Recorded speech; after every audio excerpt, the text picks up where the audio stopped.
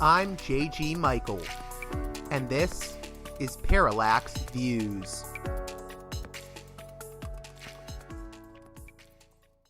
Hey there, Parallax Views listeners. On this edition of the program, we'll be hearing from Joseph Sciortino and Grant Gallagher of the Rabble Report, a YouTube channel that looks at current events and politics from the analytical lens of anti-politics. What is anti-politics, you might ask? Well, you're about to find out in the conversation to follow as we look at the World Economic Forum 2026 in Davos and everything that transpired there with the declarations, essentially, of the death of the world order. We'll also be discussing Trump quite a bit in this conversation and the issue of populism. Now, to give you an insight, anti-politics deals with what Joseph and Grant essentially call the growing rift between the political sphere and society itself. I don't want to spoil too much as I think it's an interesting conversation. We'll jump right in with anti-politics, then shift to Davos, then shift more to Trump and what is happening domestically. All that and much more in the conversation to follow. But before we get to that, I need to remind you that this show is almost entirely listener funded, with exception of my one sponsor, Mike Swanson's Wall Street Window.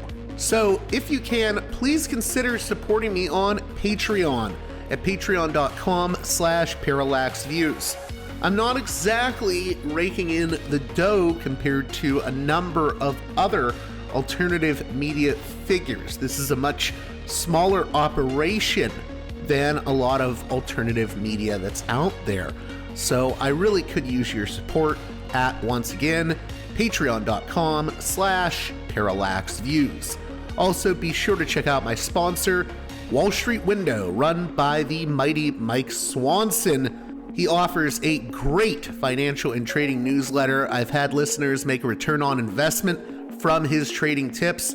And if you subscribe to his newsletter now, I believe you can still get a copy of his ebook free of charge, The Twofold Formula, the single best trading pattern I have ever used. So head on over to wallstreetwindow.com. Again, that's wallstreetwindow.com, and subscribe to the newsletter now. With that being said, let's get to the conversation with Joseph Sciortino and Grant Gallagher of the Rabble Report. Welcome back to Parallax Views. Joseph Sciortino and Grant Gallagher of the Rabble Report, a very interesting YouTube channel dealing with political analysis from a sort of what's been called an anti-politics lens. Grant, maybe you can start by explaining to my listeners what we mean by anti-politics. Right. So anti-politics is a shorthand we use for a bunch of different processes, really. But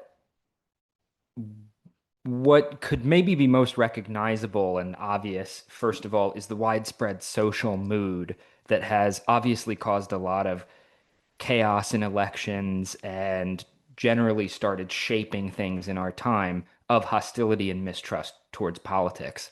And that is an across the spectrum phenomenon that actually needs to be explained in its own terms, right? Left, right, and center.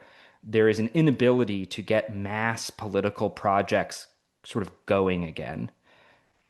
So we look at, and reading recommendations for anybody out there. Peter Mayer is a fantastic scholar on this, but we even go back to Marx and you won't hear a lot of heavy socialist lingo from us or on our channel, but we do go back to Marx on one thing, which is that there is a fundamental divide. I mean, when capitalism comes about, you hear it as public and private, right? That's kind of that differentiation comes into being really with the Industrial Revolution. So, but the way we'd put it is there is a divide and an antagonism between the political sphere and society. And you see that in the way people talk. Everyday life, right, is separate people are feel alienated from politics, feel politics is alienated from them and their control. Does it sort of relate to like the, I guess, state legitimacy crisis? Absolutely. I think it relates to populism as well, though there is a distinction between populism and anti-politics because you can make an anti-political pitch that is technocratic. It is something actually broader than the populist phenomenon, but it sort of almost exists but the populism is sort of a subset or a related thing. We have, I'll put an asterisk there, and maybe we should get into that later, but um, absolutely, there is like a crisis of faith in institutions that we're getting at, and that there are also political sphere actors, politicians who are kind of like entrepreneurs who capitalize on this new state of affairs, which is why you see in Europe, and this is going to get into our topic at Davos, you see parties that survived much greater social turmoil in the past now have populist parties nipping at their heels. Like some of these um, allies that have been calling the US unreliable at Davos, the Europeans, uh, they're pretty much slated to have their mainstream political parties decapitated by the populists No, within the next are few you years. talking about like the rise of Le Pen's party in France, things like the AFD in Germany? Yes, National Rally in France, the AFD in Germany, Reform in the UK, uh, parties like that. Yes. Now, is there anything you want to add to that, Joseph, before we get into the main topic of Davos? I was actually going to try to transfer to Davos from there. Yeah, I think Grant put it really well, actually. Why is Davos even a topic right now? And I think it's because, well, we saw what happened with Greenland about, what is it, 3 weeks ago at this point? There was nobody's talking about Greenland now, but which is interesting. But there was a huge uproar about, Trump coming in and bullying Denmark about, handing over Greenland. We want Greenland, it's a major strategic asset for the United States coming forward.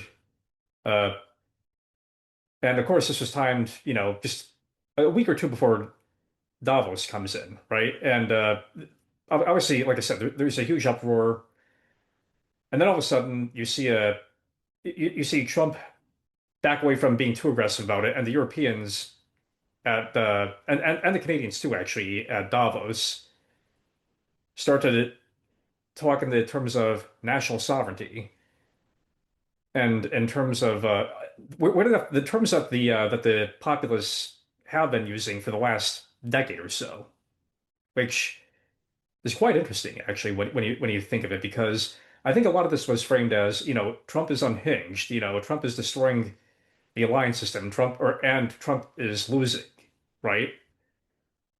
But I think in all reality, what we're seeing is actually the old political establishment in the West is conceding something to populism here, at least in posture. I mean, Davos is usually really boring, to be honest. It's not always worth talking about, but despite all of the stuff about elites conspiring and all of that. But this one is actually worth talking about, this World Economic Forum, exactly because of what Joe's saying. There was this weird convergence, whether you were posturing it in an anti-Trump way or a pro-Trump way, there was this generalized declaration among everyone that the world order, you could call it a lot of things, right? The rules-based international order, you could call it the post-World War II international order, The but US led basically, liberal order. Yeah. exactly. Basically, the refrain from the United States, Canada, and Europe was that basically the Western democracies was that order is over. And this is something that was a very sudden convergence.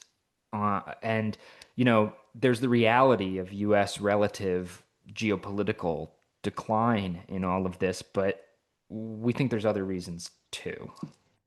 Here's the thing about convergence too, though. Whenever I hear the entire political class start to converge on something being reality or a big deal, I start to get very suspicious. Agreed. And you saw Why that is here that? actually. Well, for a lot of reasons. Um, I know I'm playing obvious here, yeah, but yeah, I of course. just Yeah, no. Well, usually, They've got an angle usually when there's something like that going on, right? Even if all of a sudden everyone in politics starts recognizing a reality, for example, right? Because there is an underlying thing to this discussion about the end of the world order. Like, okay, yes, the US's role is changing to some extent, but this was something that was not really like all of these European leaders framed things in terms of their country's national interest. Now, they've spent decades and decades fleeing into international institutions, right? Which I'm not saying national institutions are better or whatever. I'm speaking on purely an analytic level here. But well, real quick, I think what you're saying is it's a very weird thing to see, all these different leaders, whether it's Trump or, his lackey like Lutnick, or even the Canadian Mark Carney, basically saying, "Oh, we're returning to like realism," and I'm not even necessarily saying like a John Mearsheimer worldview, but like people like Kenneth Waltz, like this sort of talk of balance of powers and spheres of influence and whatnot. I mean, that is like a weird. I mean, we were told that realism was like a dinosaur fossil in the '90s, and now all of these forces are converging to say, no, we're back to that. It's great power competition.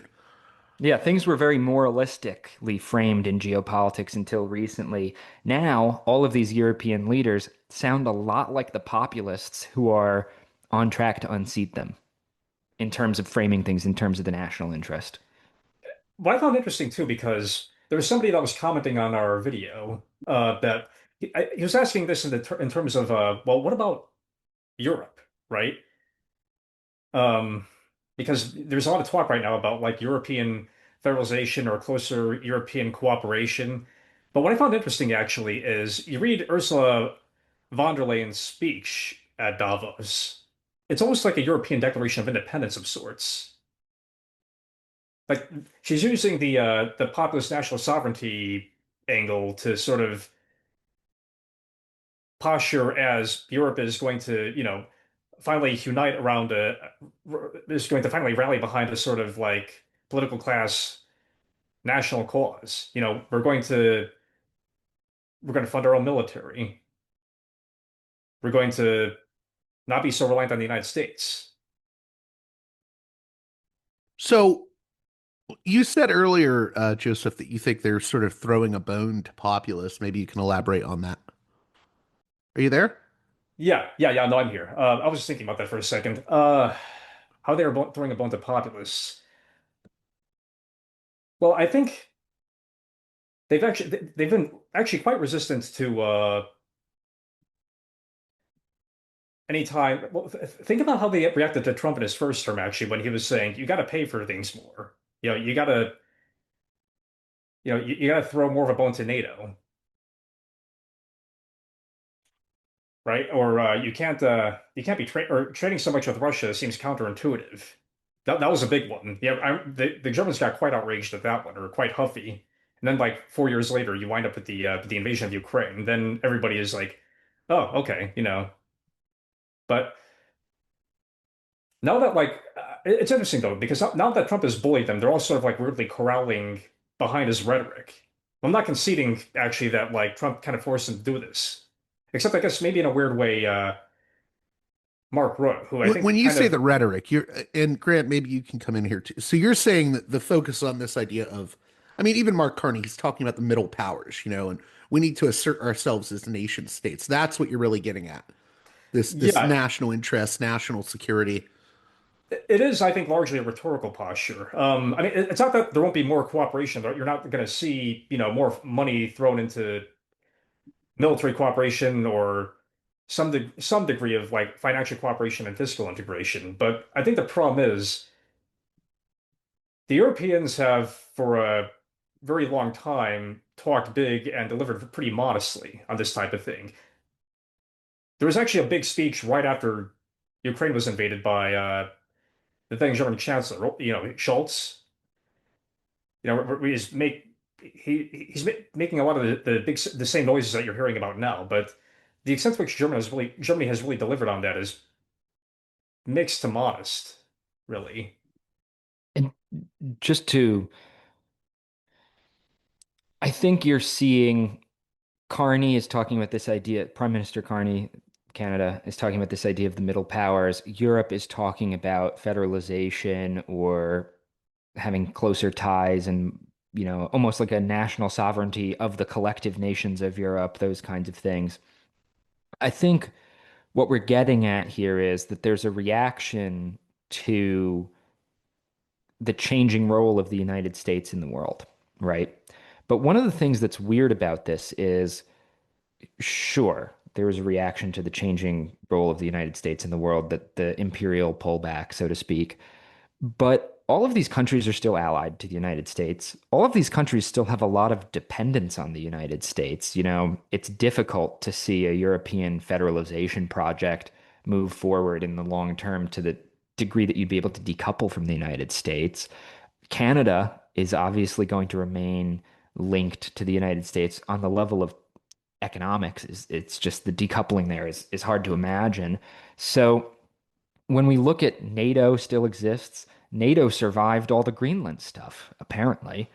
So when people are all, you have the leaders of the world order all gathering to say the world order is dead, but these institutions are still there, and there are limits to how much you can do. When we talk about national interests, some of the things they want to do are, say, reshoring, right? Like putting critical industries back in your own place, right? Which maybe they would love to not have every critical thing for their military come from China, but at the level of other economic goods, there are limitations to this. So you've got this world order being declared dead that's hard to really, I mean, it's not that unambiguous that it's dead. Obviously, there is a change going on with the change of the US role, but US decline has revealed that all of these other countries are also weak in their own ways, right? They also have their weaknesses and their dependencies and those kinds of things. So these things like the middle powers talk from Canada or Europe's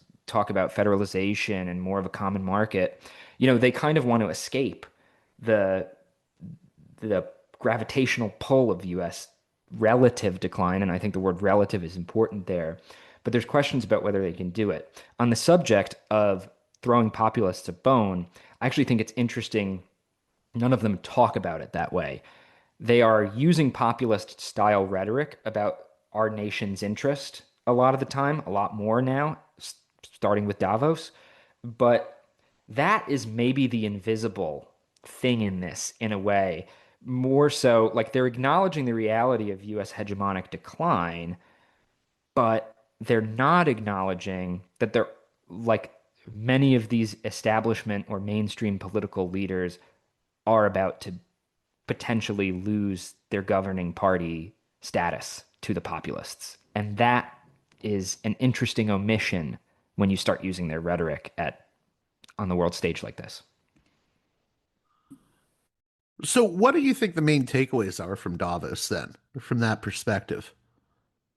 I don't know who wants to go first, but I would be very skeptical about any sort of gigantic declaration like this. Again, because almost 4 years ago exactly, actually. I mean, there's the historic turning point speech by Olaf Scholz, right? Yeah, I mean, he's covering a lot of the same rhetorical ground, really.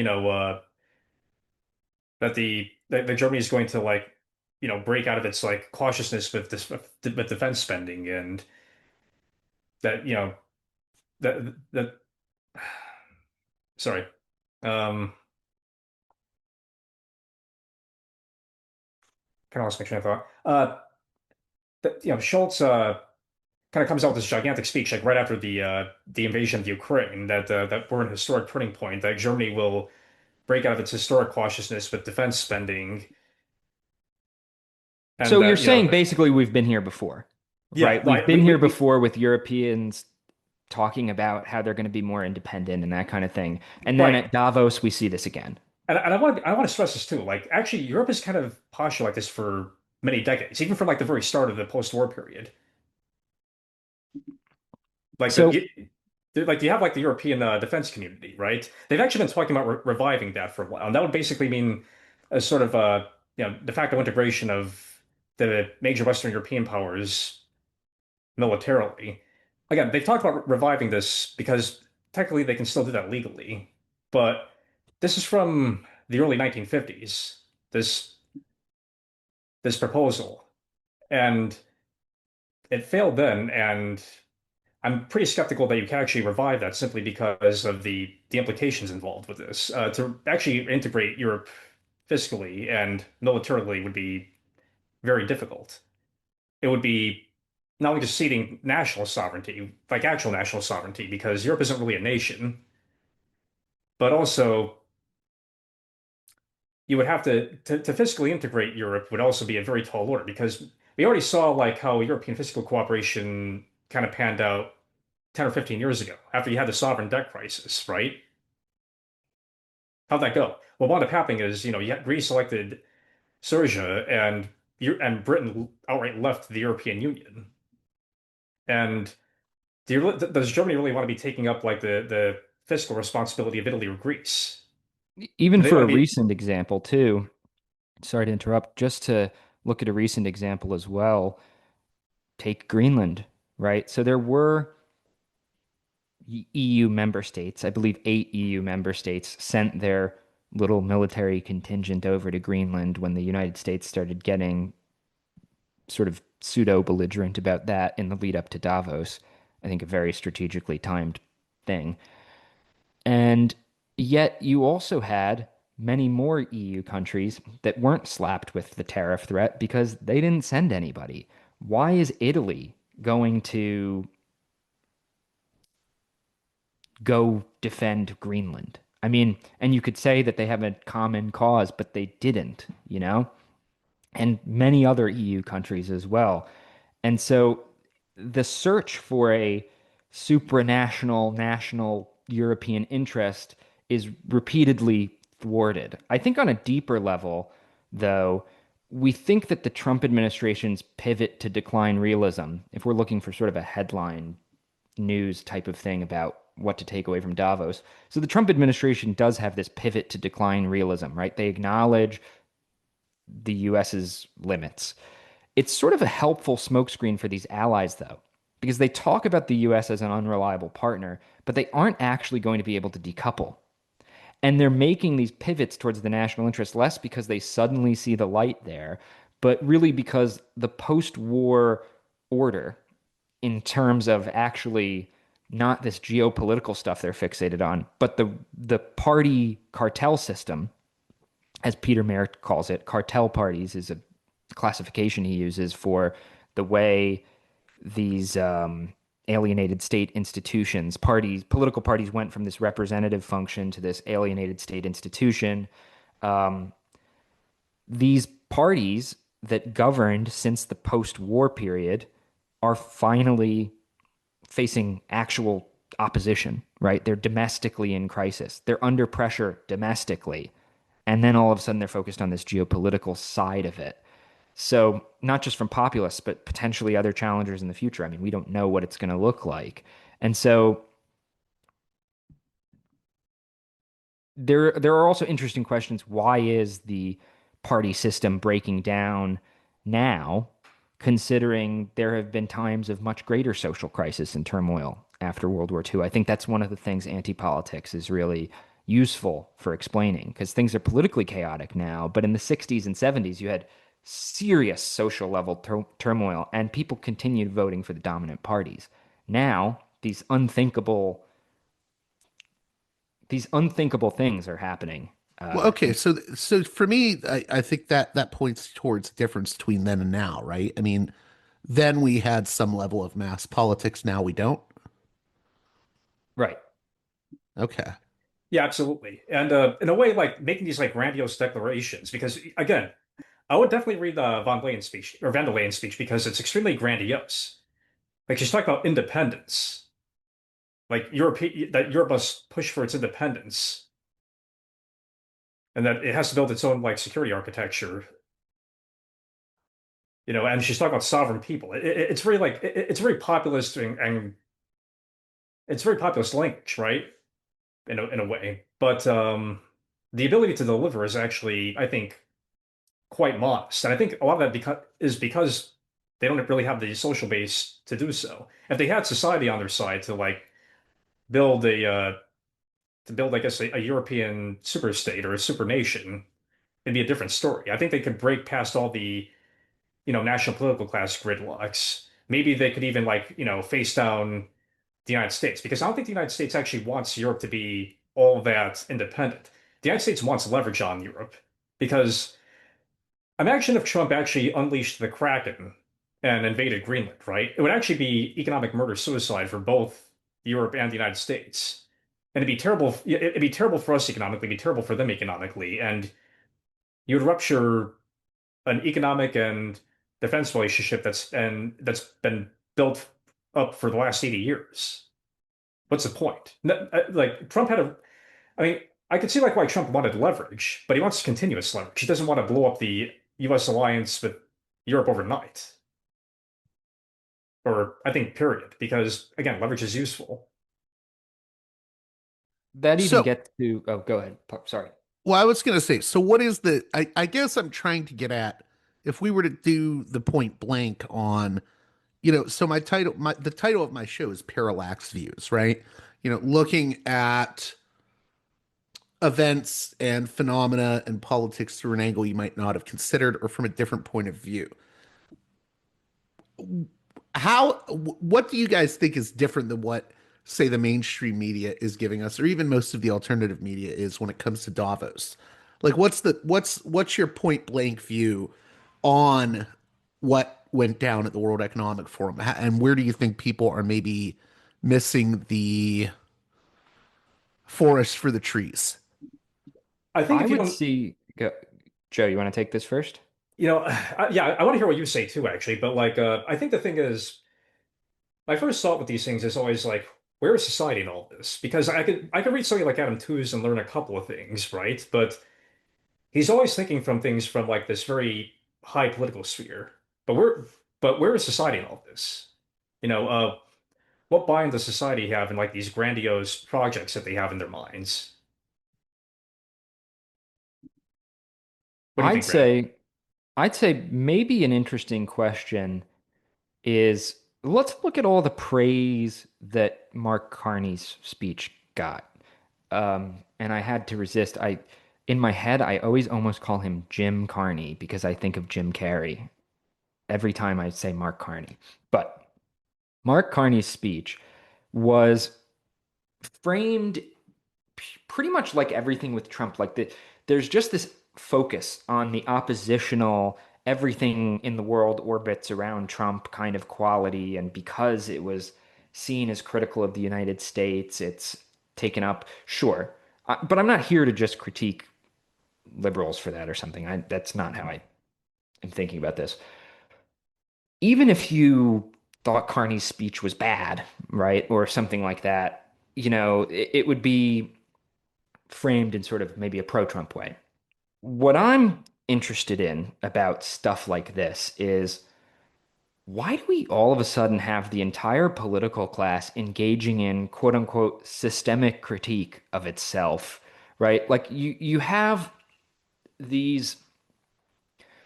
So Carney's speech to me is the greatest example, really, because it's been hailed as this landmark thing, but I found it very strange. I mean, you're saying the international rules-based order was fake all along. That was a big theme of Carney's speech was that this was It was always a a fiction lie. that benefited us. It was always a convenient lie. And that's one thing to say if you are a populist challenger. But his framework is we, the political mainstream, the governing parties, my allies in politics that I came in, went from being a banker to government to save basically from themselves. We, the mainstream political establishment, we were lying. But trust us this time.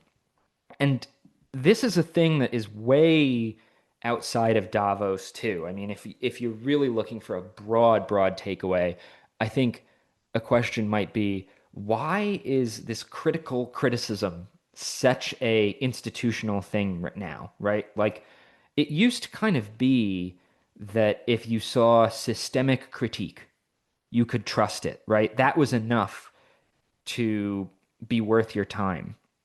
But everyone does systemic critique now. It's really interesting. It's really interesting. Right. I Why is the establishment negating itself now? What are they trying to do?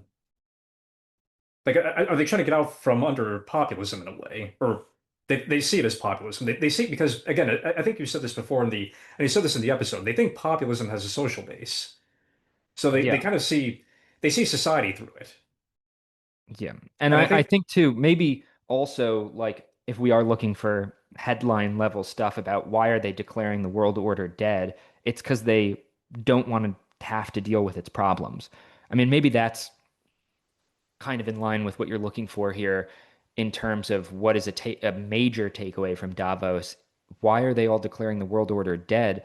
Because they want to be free of it. I mean, this is the principle of politics is really the will, this belief in your political willpower to do anything.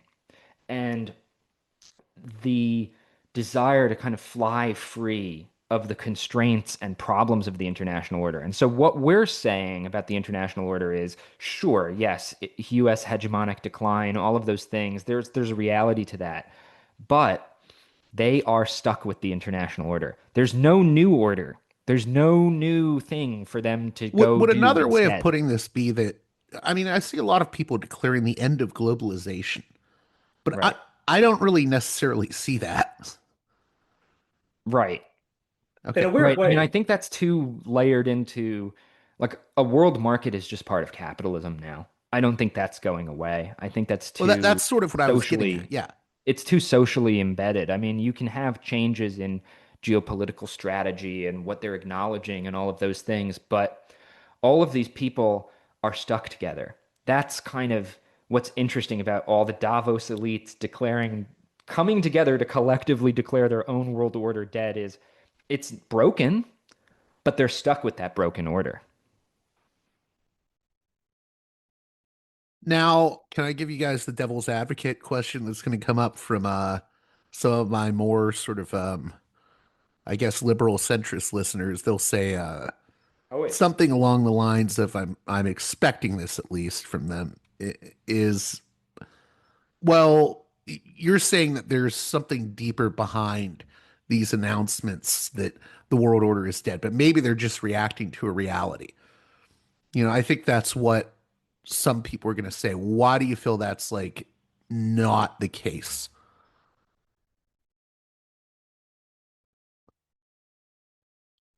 I wouldn't say they're not reacting to any reality. The question is, what reality are they reacting to? And in their pronouncement of the world order as dead, what and adopting this language of the national interest that was verboten, right? This was all very taboo to frame things in terms of the national interest just a few years ago. The sudden alignment on it, I mean, it's not just, oh, this is an objective reality. They're actually framing their own views in these terms. So, I'm not really making the claim. There is something kind of sobering about what's happening at Davos for something that is usually very taken to these flights of fancy.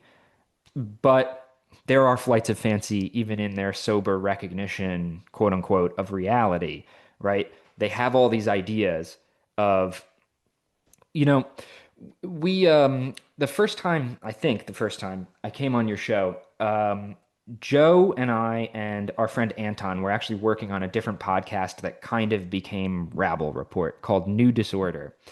And part of the reason we had this idea of new disorder after 2020 was there was this breakdown in international relations taking place on that really with the COVID response, and that's a whole other can of worms. But new like new disorder rather than new order. There is not anywhere for them to go. So when they declare the world order dead, I really would question what what do they think is going to be built? What is the social basis for building something new? And where is the continuity going to be? And I'm actually leaning towards a level of continuity, I suppose, when they get into this level of declarations of independence and that kind of thing. Does that answer your question? I mean, I want to answer that Well, question I think what you're well. saying is, I mean, there's declarations of it being dead, but then there's no real talk about, well, what's the vision going forward then? Is that Well, what you're? and to the extent there is talk, it's often quite delusional. I mean, if they really Well, and doesn't that get into what Joseph was saying earlier about, Europe will talk big, but it won't necessarily deliver. and even from the United States side of things, right? Like we can, critique the Europeans all we want, and maybe it's an easy target in some sense because they're the weaker party in here. So they're making these claims to try and position themselves. But even the United States pivot to national interest requires Europe. I mean, in the national security strategy, which is a document required by Congress where each president lays out their vision on foreign policy, the Trump administration recognizes that they need their European allies. They're very, they sort of see Europe as this failing subsystem of the West that's not innovative enough, that isn't a good enough economy, all of these things. But they do feel They still that need them. they still need them for in a couple of ways. One, they want Europe to defend itself, quote unquote. They want more, at least more of that defense spending and taking care of things with Russia to fall on the Europeans so that they can pivot to Asia. And is that a national interest? Like, is globalization dead? Like, are we in our spheres of influence? Are we in the Monroe Doctrine again? If we're also still orienting towards China in that way? I mean, it's kind of like they still want Europe to be an economic partner too. Like they want Europe to deregulate so that American tech companies can flourish there and that kind of thing. So there is still a globalist, I'll put that in scare quotes, please, but there's still a globalist vision, so to speak, in even the Trump administration's national sovereignty. I mean, not to say there's no pivot to the national interest. There is, but I don't know, these ties are hard to get rid of, and there's a lot of bottles that can't be recorked and that sort of thing when you're trying to do something like this. And I tend to think of politics is, a lot of improvisation that then narrates itself as a plan afterwards. And I think that's some of what we're seeing here as well. I know, Brent, I actually have a question for you now that just occurred to me. How much do you think this rhetorical pivot or orientation is going to stick? Because I guess it could last a while, given it could even last as long as like the populists do, or honestly, even as long as, national sovereignty is a question, really. I'm not sure I have the answer to that. I mean, it also depends on are there going to be other things than populism that challenge these political classes or populism in power? What is going to challenge that? Do we just see a cycle of the mainstream parties and populism, or does a third thing come into the equation, a fourth thing come into the equation? Because these political classes you hinted at this before. You briefly said something about, well, they think populism has a social basis, right? So one of the incentives that these establishment parties have to pivot to national interest rhetoric is to say, like, basically they're trying to they see the populists nipping at their heels and they're trying to integrate as much of the populist critique of themselves into Real, their real, own rhetoric as possible. real quick, maybe we can step back. What do we mean by populism? Do we just mean populism is like, because there's going to be people that think you're just talking about populism as a phenomenon of the right wing, and I don't think that's what you're saying either. I am mostly talking about it as a phenomenon of the right wing, Okay, but okay. not in it. But to your point, there's nothing about it that can't be left wing. It's just been more successful, right? So we have our episode on left wing populism and our episode on right wing populism, and populists do share a lot of things in common, but I think right the wing thing about left populism has wing, been, yeah. Go ahead. I think the thing about left wing populists is that they are the successful left wing populists that tend to actually play on national populism quite a bit. Right. And I think a lot of left populists hit limitations because the right-wing populists are defined by nationalism. And so to sort of polarize against it, they're like, we're the anti-nationalists. Even in populist formations, left-wing populism does that. So it's had a lot of trouble in this period where national sovereignty has become a big point of contention in the political sphere. Um, but I also don't believe that, I mean, we tend to see populism, especially right-wing populism, but both really. We tend to see populism less as a social movement that like, oh, everybody in society is really right-wing now. That's actually not the framework. We tend to see them as sort of exploiting the void. These are also political entrepreneurs who are scavenging the brokenness of the world order. And so that's where I was getting at. There So may be that's who things that you're challenge the talking about when you populists. talk about the populists. Yes, the scavengers, basically. Like you have people like Carney are almost salvagers, right, of the world order, people trying to kind of still make it work. And then you have the scavengers. And I don't think either of them are undoing the world order. Like even the populists in power in Europe have had to pump the brakes on their EU disintegration stuff. But This is like really far afield, and I hope I'm not like throwing a curveball question at you. But what do you think about populism just in the US? Because it feels like there's even sort of a break amongst the American right-wing populists now around Trump. I'm of course referring here to the sort of Marjorie Taylor Greene types and Tucker Carlson's that are becoming more critical of Trump. What do you think that is all about?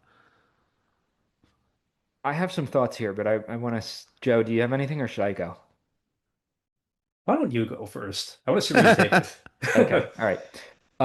Well, if we want to talk about populism in the US broadly, I mean, Trump is someone who sort of drifts between being, what's that fun term you found recently, Joe? A valence populist? Is that what it was?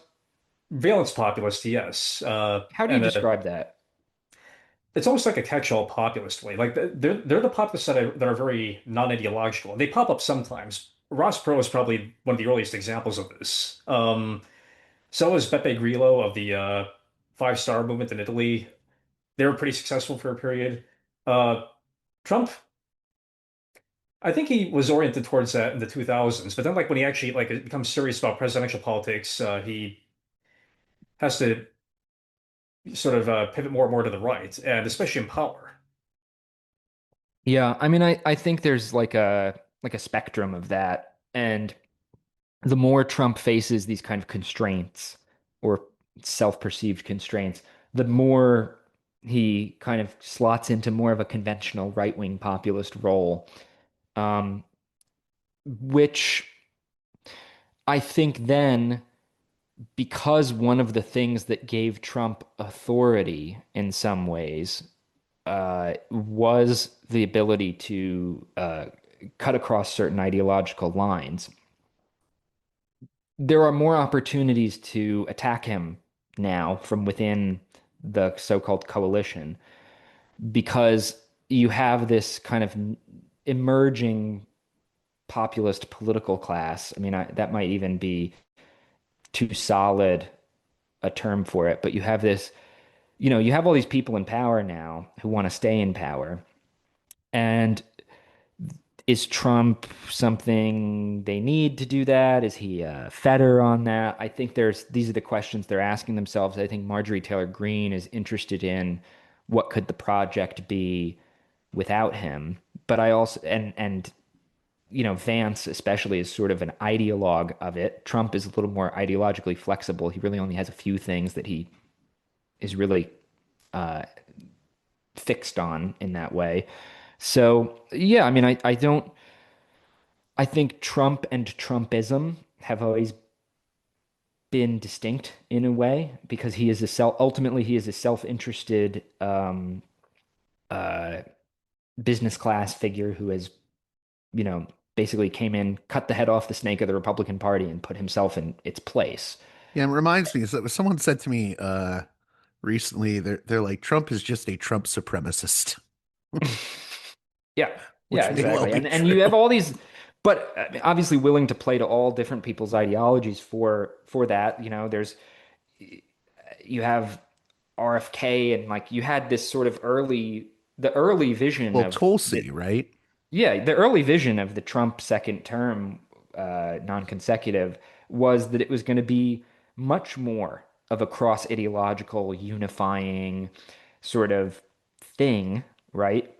And I think that really only fell apart over time. I mean, now it sort of looks destined, right? But I think it was something that took place, and he's had to sort of go to his quote unquote mandate on immigration and those kinds of things, or what he sees as his mandate on immigration, in part because I mean, the Democrats aren't going to work with him. I mean, you think about in the first term, this is kind of memory hold thing. He was willing to do a dreamer's deal, on immigration, that kind of thing, would have naturalized a lot of people's citizenship. But there is not a lot of room for him to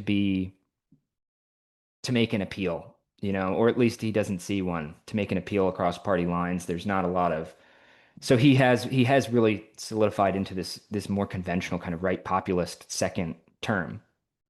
Yeah, the one big beautiful bill definitely chained him to that as well. So yeah, I mean, and it creates questions within their formation around, is this guy? I mean, they still have to pay a certain deference to him, right? But and he's not radically unpopular, I think, is another thing that's worth looking at. I mean, it's sort of talked about in politics like he's doing like terribly.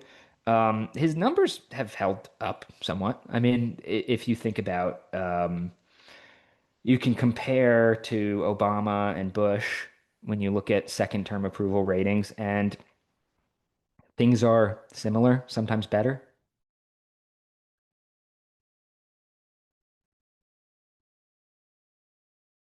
Do you want to add to that real quick, Joseph? Sure, I can add to that.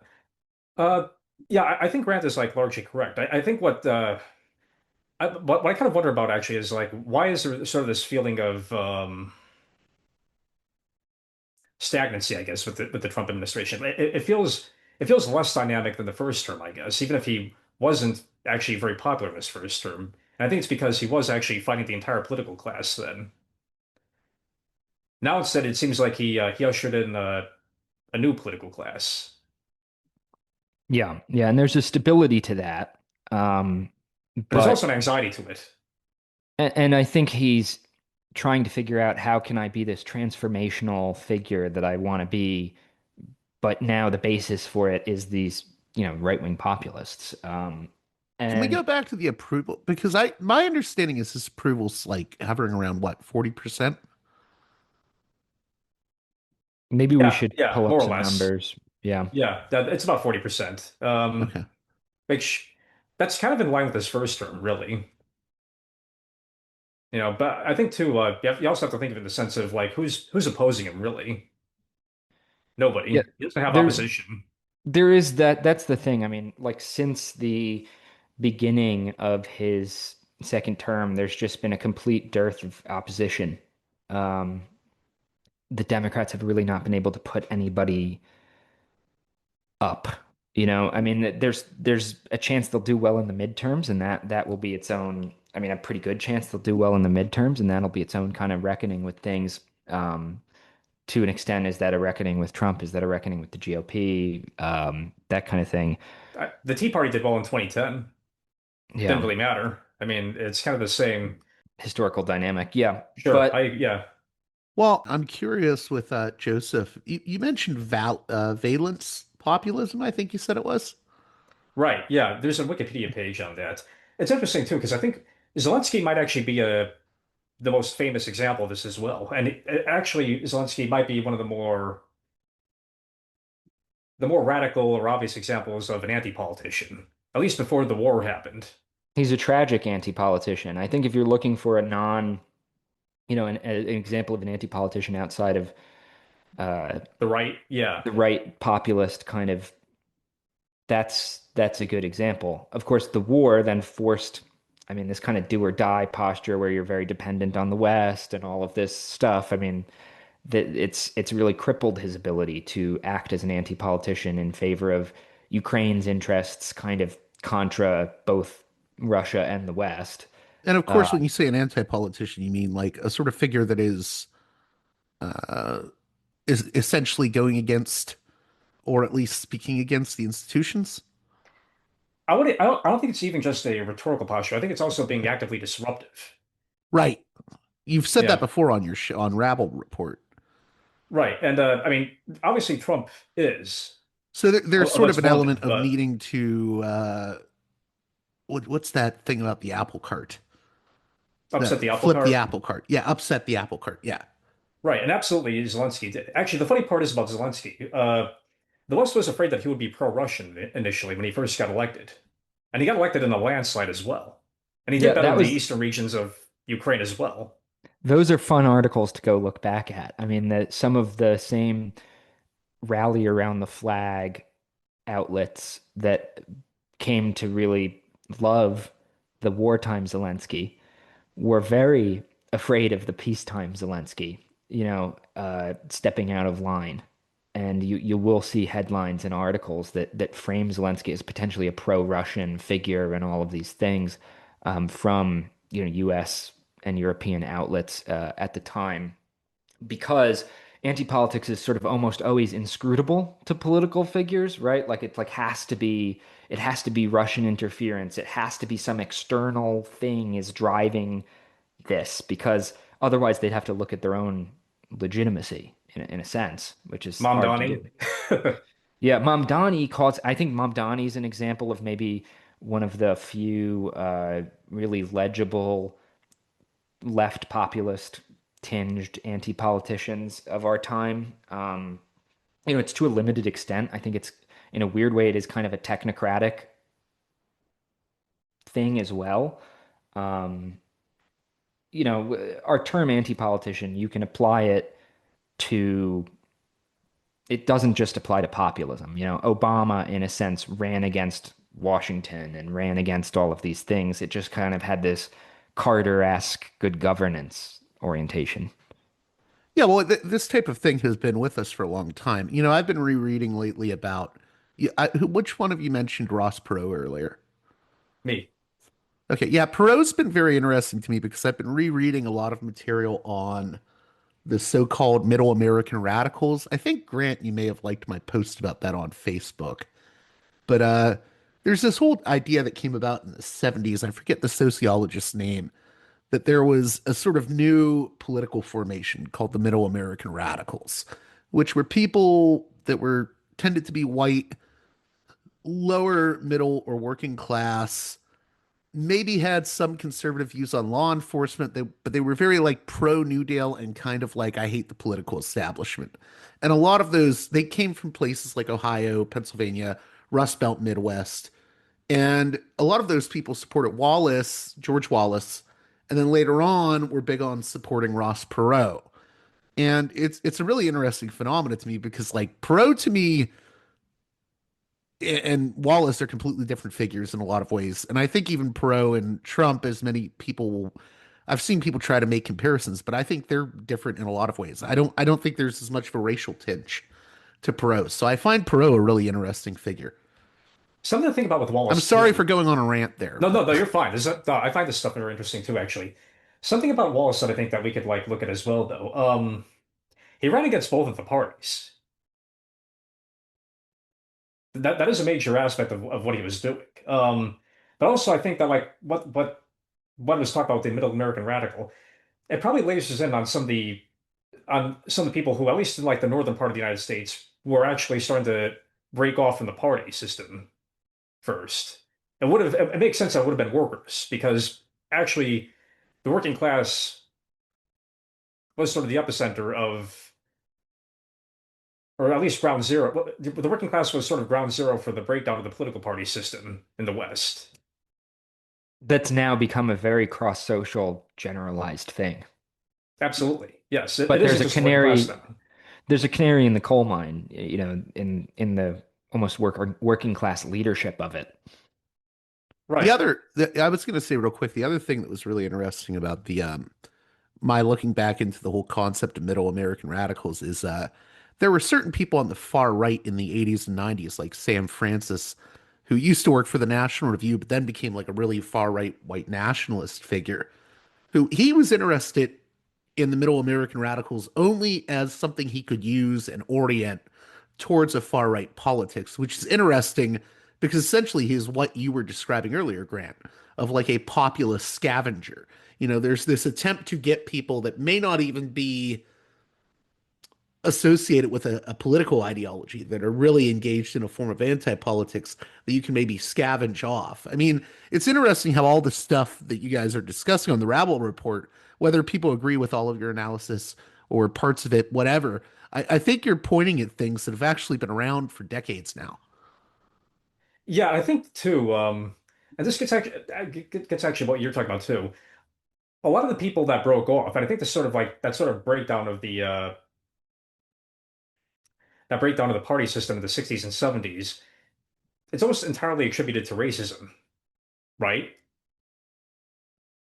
But I think Carter actually kind of complicates that a little bit. Right, Jimmy Carter, yeah. Because Carter won a lot of middle American radicals. He played on anti-politics quite heavily. He was able to steal a lot of Wallace voters, actually.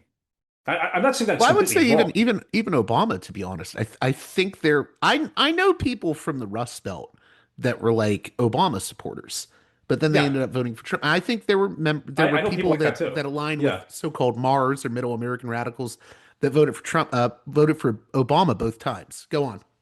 Yeah, no, I absolutely have stories about people like that. Absolutely. Yeah, I completely agree too. Also, when you say that this is something decades old, I mean, that's one of the things like I don't really see anti-politics as something that has, I mean, I think it's something that's been revealed more clearly as a really central contradiction of our times, just the way things have played out historically. But it's something that is innate to modern societies, right? And that's a whole other episode, right? But about why. But ultimately, you can see these trends start right in the golden age, right as the post World War II order forms, it starts to move in this direction. And there's a Frankfurt School thinker, not the one people usually think of when you say Frankfurt School, Otto Kirchheimer, who had a fantastic concept called the catch-all party.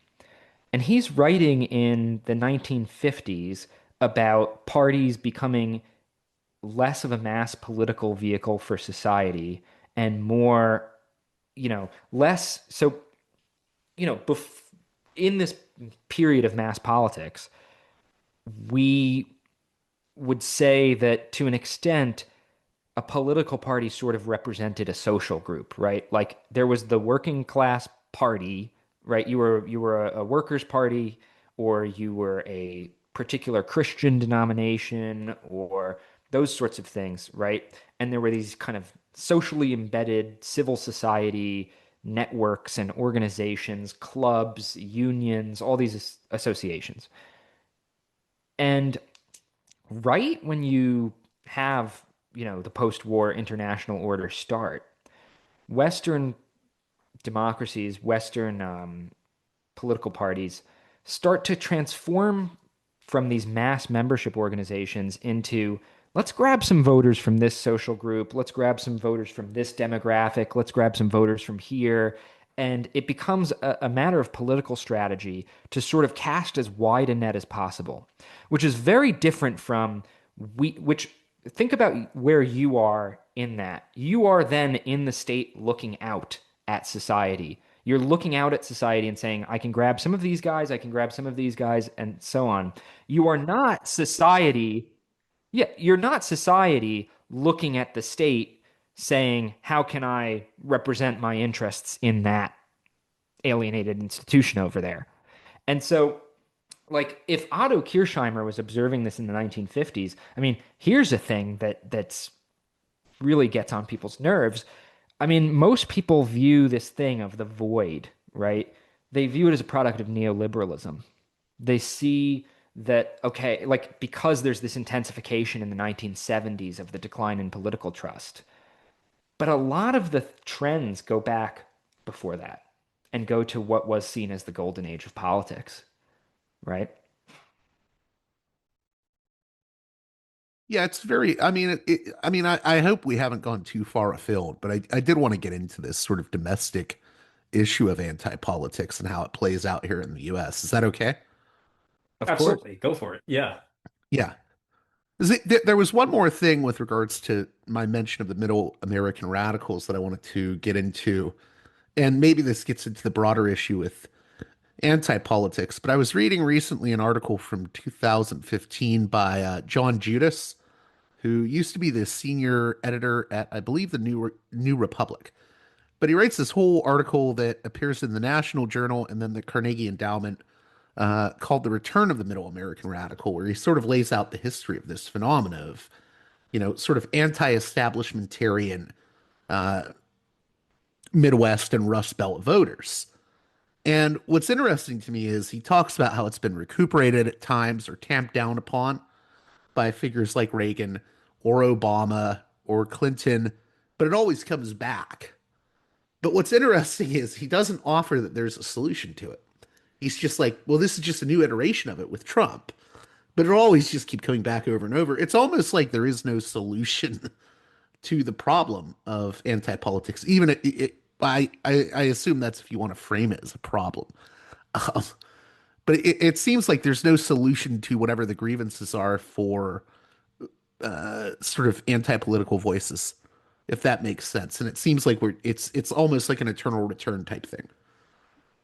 I Yeah. hope that isn't too out there. No, it isn't actually. I think the thing is, I wouldn't want to overegg the pudding on the reality of a no, I wouldn't want to overegg the pudding on who these people are actually. I mean, I do think it gets at something real, but I don't know if there's a whole contingent of people in the American Midwest that think of themselves as middle American radicals or No, I don't think most yeah. people do. No, no, they don't. Or even as anti-political, exactly. Uh, Right. I mean, it's something that gets expressed colloquially in lots of ways, and people's feelings about politicians and politics. I mean, you ask the average person and what they think of politics, and you'll hear anti-politics, whether they identify with it as a Yeah, they may label not be is rare. consciously anti-politics, but But I think you mentioned a few interesting things there, right? One is, do we look at it as do we look at it as a problem, or do we look at it as a rational response to the political sphere? Secondly, is there a solution to anti-political terms? Well, I think anti-politics has a negationary quality that makes it continuously thorny to political recuperation, right? Whether you can temporarily use it in certain ways or, sometimes society's anti-politics get channeled into conspiratorial things. I think what you're seeing, the fixation. well, again, it's something that I think figures over the course of the past few decades have realized you can harness anti-politics, but then what do you do with it after? Right, and also these figures that are anti-political that betray it, so to speak, oftentimes the crash and burn for them is harsher than a mainstream politician's would be.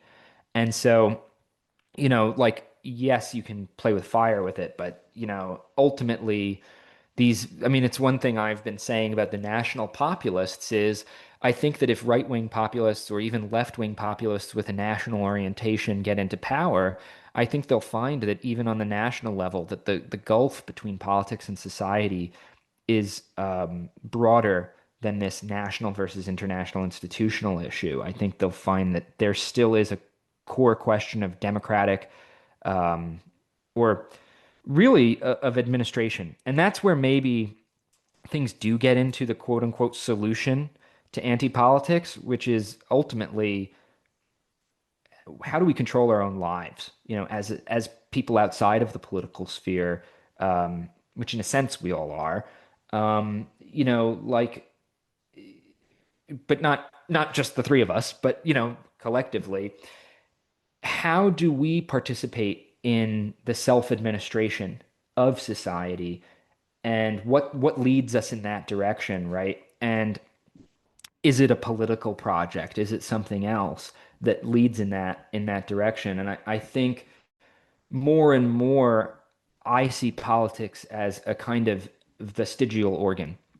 And that's maybe not a popular opinion, but at least in political commentariat kind of discourse. But I do think there is a quote unquote solution to anti-politics. I just think, we might be talking on the scale of hundreds of years to solve this problem. Do you want to respond to that at all, Joseph? Or Yeah, I think what he's saying is it can't the solution to anti-politics can't really come out of politics. It has to come out of society itself, really. I think that's what Grant is actually saying. And it can only come out of society at the point of production and the And I actual. think society will choose, right? Like that's one of the things with people like always are like, what do we do, right? And that's a very political way of thinking because I think these are questions that are ultimately up to society. And of course, we can have our opinions as members of society, but political projects that like seek to recruit and indoctrinate and or quote unquote educate, I don't know. I've had my I did my time in all of that stuff, I'll say. Yeah, I don't think. Yeah, I mean, I don't think educating is actually the same thing as clarifying. I don't think critiquing is the same thing as clarifying either. That is one of the lessons I learned from my own stint on the left, for instance. Like I think what our goal is with this whole with our own channel and like even engaging on this stuff is we're seeking to clarify. And for ourselves as well. I mean, this is an ongoing thing of I feel like my own analysis of things. So we've been doing Rabble Report for like a year, a little more at this point. I feel a lot more clear than I did a year ago. And my understanding of anti-politics has changed a lot, especially how through, so? I think, I had read Peter Mayer and, you know, I'd read Marx's Critique of Politics by Gary Teeple is a fantastic book that sort of challenges the idea of young Marx as like this kind of liberal Hegelian that only had such and such things to say. Really interesting stuff about Marx's views on the state, that kind of thing. I'd read that very early on.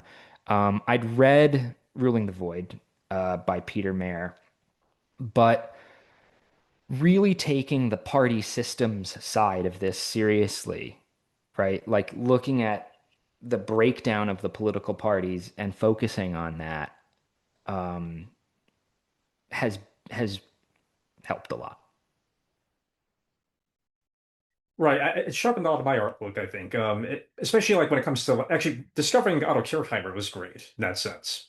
Yeah, Because now and like this goes to political science in general, like political science in the United States especially, but just like as a discipline is so shaped by political incentives. Like when you view voters as kind of in this behaviorist way, oftentimes is the approach because these are, you know, people are studying political science so that they can go work on campaigns, go work at NGOs, go work at think tanks, those kind of things. And so they're thinking about things in terms of shaping voter behavior.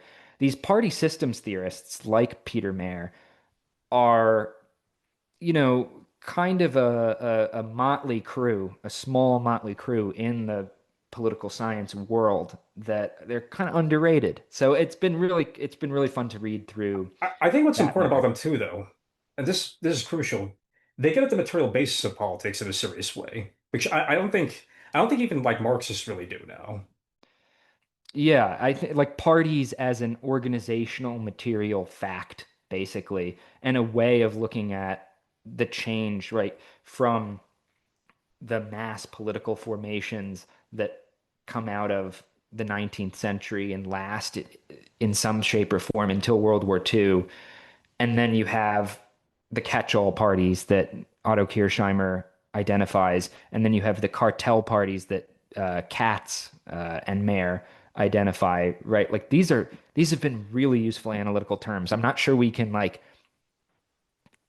explore all of that in just kind of one episode here, but I highly recommend these thinkers.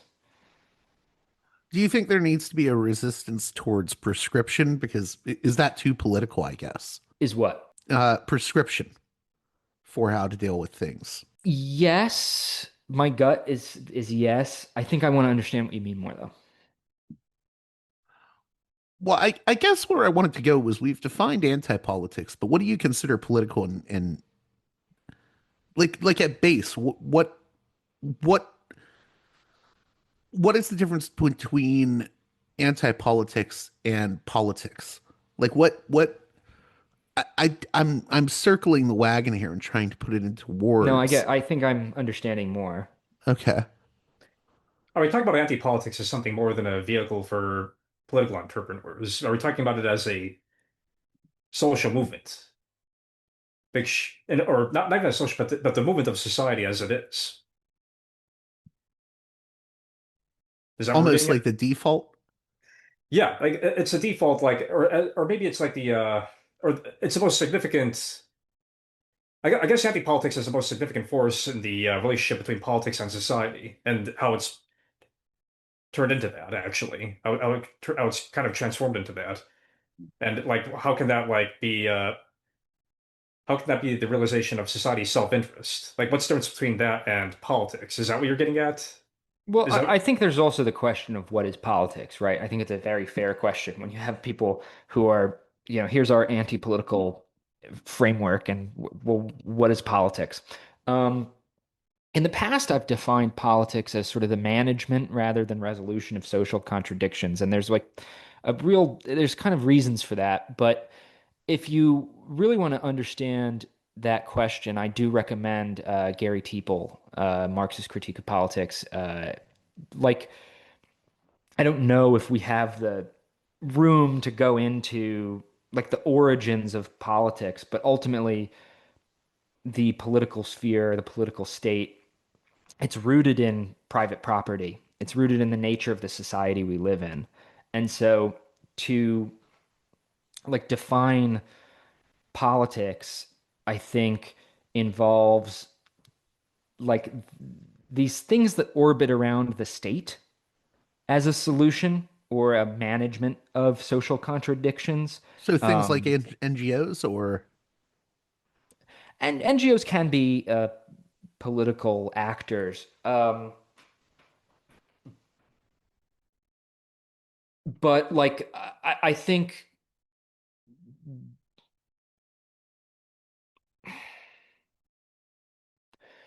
ultimately there is your political emancipation, right? Your rights and privileges with respect to the state. And then there is your social emancipation, which I think is actually a lot more relevant to most people, especially because in a lot of Western countries we have quote unquote democratic rights to an extent to all of that.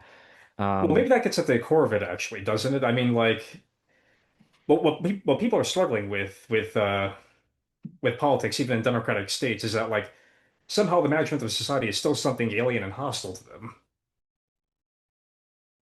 because it is a and management of society. It's not society managing itself. and it's very like limp in it and weak in its ability to do so, except through blunt negative interventions. I mean, the state just is not.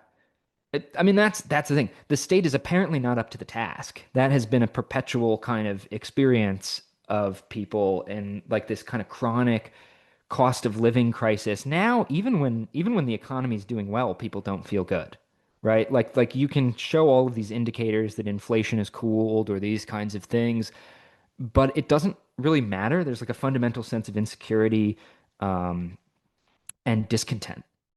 And I think that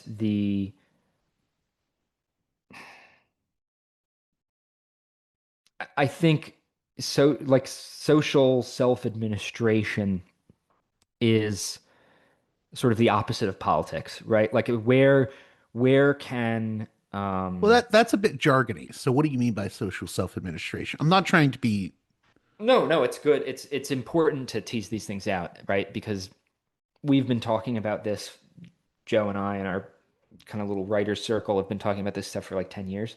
So we have our little terminology of our own that's kind of sprung up.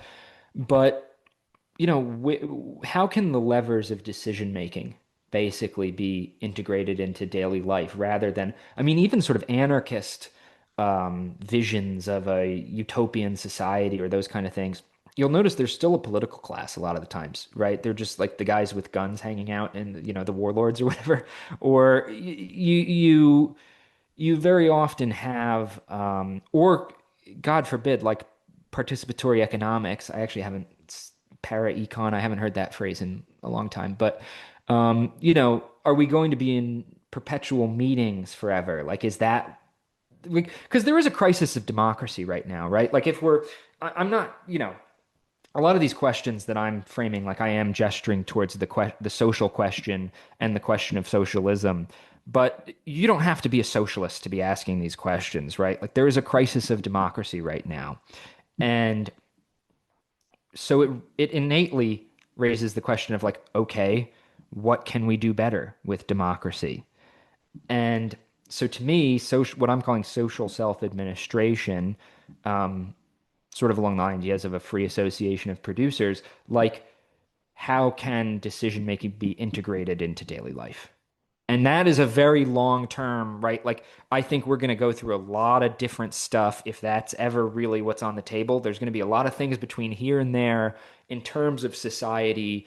One, figuring out what its potential is in that regard, and two, deciding for itself what it wants there, right? Like, it's not me, we don't make the cookbooks of the future utopia here.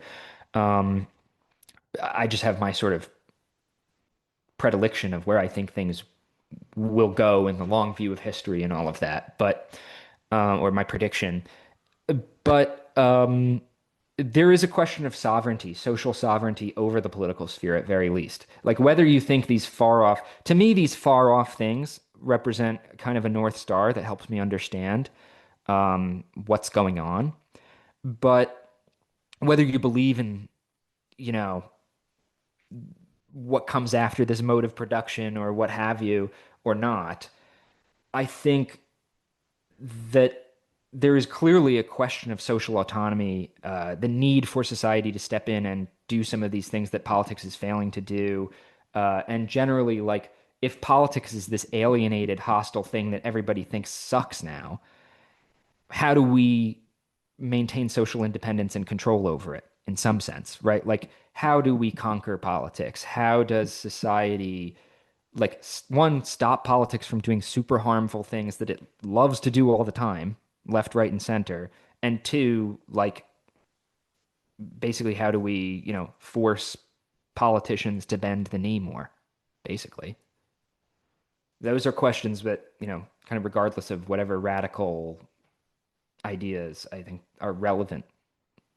Do you want to add to that, Joseph? Because I think what I'm getting is that there's sort of this disconnect between the sort of societal or the social and the political. Right. I mean, people love to, there's that study, I think, from a little while, from about 10 years ago, where like, people had, I guess it confirmed that like, that the general public has very little control over policy, really. And I think most people actually do feel very disconnected from decision making, even in democracies now. Um, I don't think that negates democracy. And actually, I don't think that there's really a crisis in terms of people believing in democracy Agreed. as Yeah. an abstract as an abstract concept. I mean, or even like a concept as in like I want my power to be plugged into society and for society to assert its own power over its administration and its organization. It's kind of like social sovereignty in a sense, right? At Davos, they're all talking about national sovereignty. What about social sovereignty? That's kind of Right. one I of the mean, most different. that gets what I was talking about before too. Where was society what they were talking about? It's kind of an afterthought. It's always an afterthought with politicos now. They're always politics is extremely self-referential now. It's Well, I always was about going to say, themselves. I think in a way you got at it a few moments ago when you said people feel very removed from the discussion of policy now. I mean, theoretically, that's what politics is, right? I mean, it's the discussion of and administration of policy. But I mean, I don't think anyone feels like they have much say in that. And if politics can clearly exist without that input, then maybe that isn't what politics is.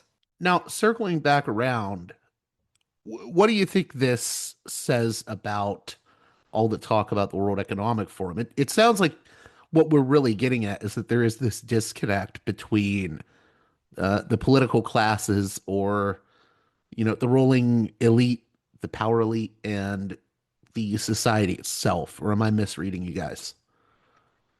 No, I think there absolutely is. I mean, th this isn't coming out of, there isn't like a huge upswell in demand for, I don't know, a European federation.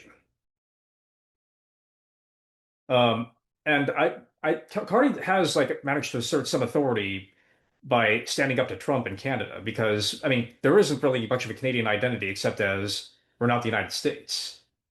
So to do that, I think has appeal, especially when Trump is bullying them.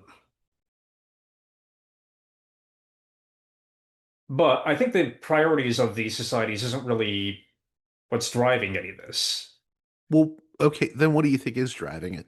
I think it's I think it's the old political establishment trying to get ahead of populism, really. And populism itself is sort of this I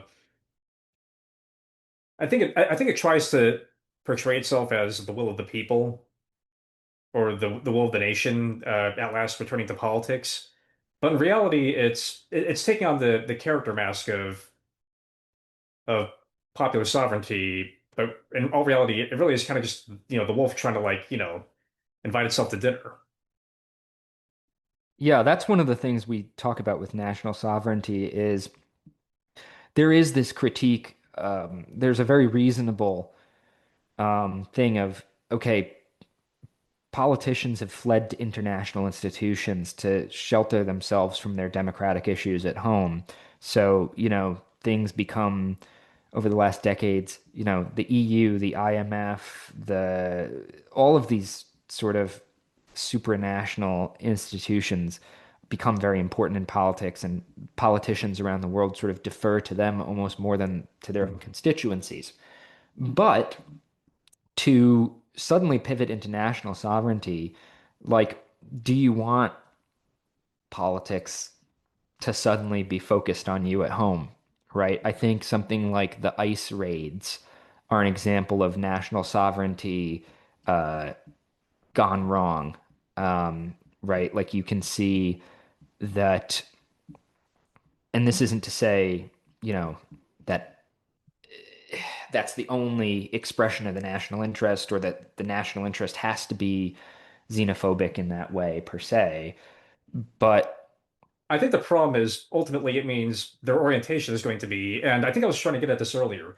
I wonder if the orientation of the political class going forward is going to be, we need to get up in the business of our republic more. right, especially if they think that populism is the way, right? Like if because a lot of the things we critique about the establishment parties, you can now see starting to emerge in these populist formations in a sense, especially as they are on the road to power. And so whether it's literally populists or kind of populism informed establishments now, um, maybe they think that they're going to be able to reestablish ties to society through national sovereignty and national interest. The problem is mass politics and those ties to society came out of society. There were things that were not constructed by politics that upheld those, like those civic associations, the clubs, the unions, which, they had an economic purpose beyond politics.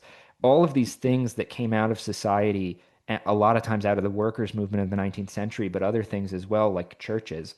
Um, these organic ties that civil society had to politics, they weren't created by politics. And so And now there is, I guess that's the thing you can also see in politics nowadays is this constant crackpot scheming of how do we bridge things back together.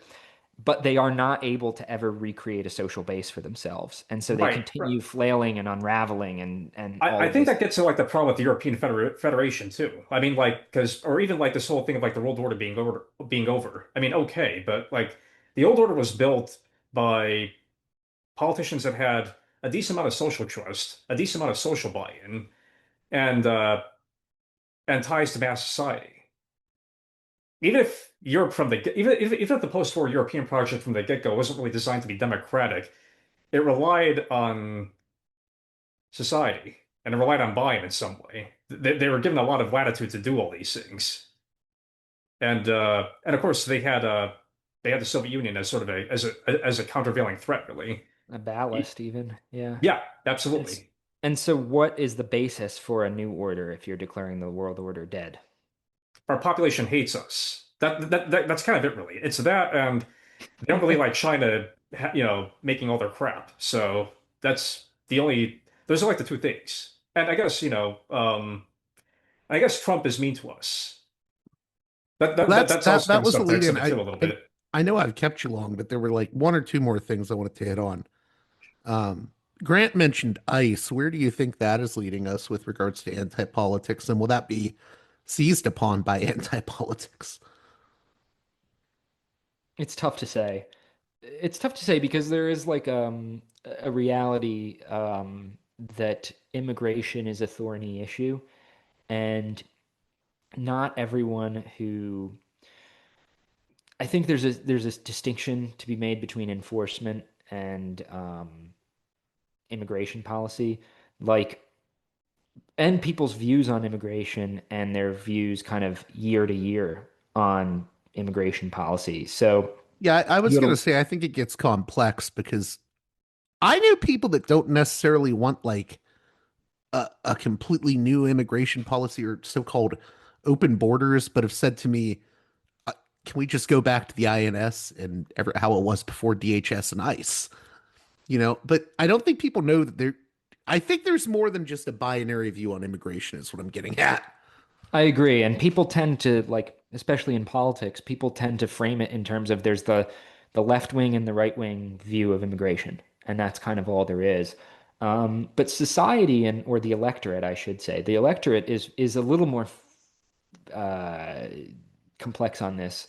Like there was a lot of disapproval for the Biden immigration policies because it all looked kind of out of control. Like I think even people who support immigration, if you're not, I think I'm an exception that I would love a world, without borders and all of these things. I think that's wonderful.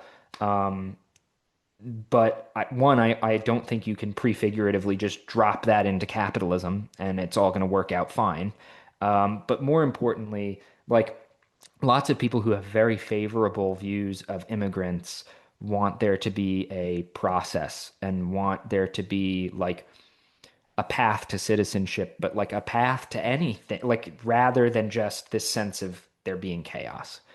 And so there is like a just as ICE is seen as an attack on civil society now through its actions, the Biden border policy was probably seen by some people as an attack on civil society in its way, for them. And so, do I agree with that? Not necessarily. But my point being, like, people can support immigration and have really, and people can support immigration, can think that, you know, immigrants are good for the country and can also like not hold the left wing view Well, there's on. also even the opposite end of that because I was talking with someone recently about because there was an article about him in the Atlantic, the Ammon Bundy from the anti-government Bundy family that had the famous standoff. He's Throwback. like come out, and this was true during the first Trump administration when he was supporting Black Lives Matter, although he flipped-flopped on that a bit. He like has come out like really hating Trump. And he's like, "Oh, this is horrible what's happening with ICE." So even like people that you wouldn't expect to be mad at what ICE is doing are mad. I mean, it's. I think it gets very complicated with all of this. Yeah, like I think there is a degree of approval for Trump's immigration policies. But I also think people don't feel, I think Trump has started backing out of, I mean, it was interesting. You saw when these people got shot, you have DHS is immediately like saying absolutely insane things of like, they said that that guy was an attempted mass shooter and that he was there to take down as many ICE agents as possible or things like that. When you actually look at Trump himself, I think he has the canny political instincts to know, like, I've got to back off from this a little bit. And not everybody in the Trumpist kind of world thinks that way. I mean, you had Vance Well, I was coming going to out. say, I think there were even ICE manuals that came out recently that kind of potentially uh, argued for like a shift in how I should do. Like, oh, we need to prioritize going after violent criminals. I'm like, well, this is kind of just a return to the Biden era policies then. Well, also, like, it's like there's clearly a battle going on over federal law, right? Like, I do think that the Trump administration wants to break the sanctuary city policy because they have a legal argument that, okay, we had a civil war over this and the federal government can come in and deport people, right? Like you can't actually I'm just speaking devil's advocate here. Um, and so and not just sorry, that also frames it very ideologically. Like I think just in terms of, wanting to break your political opposition, I think they want to deal with the sanctuary city policies as well. Um, And then two, like the Democrats have their own investment in maybe not solving this issue, but using it in their own way. And so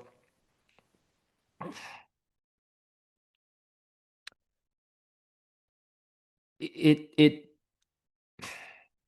it's hard to just sit here and come up with what would the ideal policy be in a lab because nobody's actually right. Like the considerations on all political sides are relatively selfish, right? And we're not in the position of the state to actually make any decisions. And that's another thing with anti-politics is like think about who am I in any of this, right?